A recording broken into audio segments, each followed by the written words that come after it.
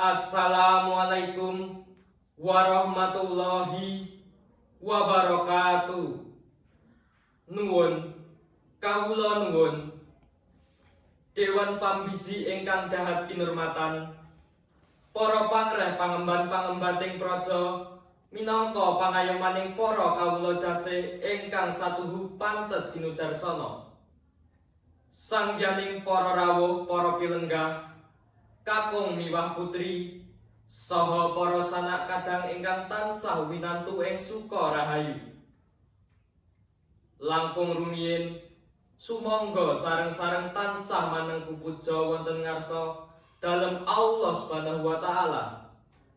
Karana 11 miwah barokahipun sampun kaparingaken dumateng kula lan panjenengan sedaya.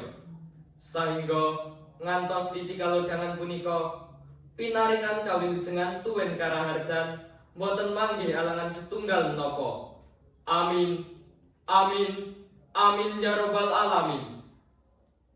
Sholawat ugi salam mugia tansah kaleberaken dumateng pepanutaning umat sejagat non inggih Nabi Agung Rasulullah Muhammad sallallahu alaihi wasallam ingkang sampun paring tuntunan tausiah uswatun hasanah.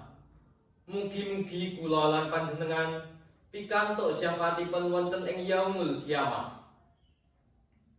Para rawuh ingkang binagya mulya saha kanca-kanca ingkang tansah kula tresnani, kula dipawiku subeki siswa saking SMP Negeri Kalengrayon badhe ngaturaken sesorah kanthi ira-iraan prasetya Sumpah Pemuda.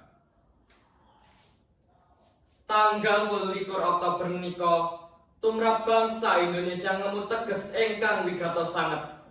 Ing dinten menika puluhan taun kepengker para pemuda saindenging pulau lan suku ing Indonesia sampun ngikraraken satunggaling prasetya suci ingkang sinebut Sumpah Pemuda. Sumpah menika sanes namung tumpukan tembung, nanging wujuding tekad ingkang kukuh saking para pemuda kangge nyawijiaken bangsa ingkang maneka warna. Wiyosipun Sumpah Pemuda menika ngemutaken kita dumateng tigang perkawis. Setunggal, satu nusa, ngaku setunggal bumi pengkonan inggih menika bumi Indonesia. Kalih, satu bangsa, ngaku satunggal bangsa inggih menika bangsa Indonesia. 3. Satu bahasa persatuan, ngeluhuraken bahasa Indonesia minangka bahasa persatuan. Tigang prasetya menika mujudaken pondasi kagem madegipun nagari kita, Negara Kesatuan Republik Indonesia. Para rawuh ingkang kinurmatan, wonten ing era globalisasi menika tantangan ingkang kedah kita adepi langkung awrat tinimbang jaman rumiyin. Senajan sampun boten wonten peperangan kanthi gaman, nanging wonten perjuangan sanes ingkang kedah kita tindakaken. Perjuangan menika babagan jati diri bangsa, ngrembakaaken teknologi sarta ngangkat derajat bangsa Indonesia wonten ing kancah internasional. Minangka generasi penerus, kita kedah emut ugi ngamalaken semangat persatuan ingkang kinandhut wonten ing Sumpah Pemuda. Kita kedah sinau kanthi saestu, amargi ngilmu menika dados kunci kagem majengipun nagari.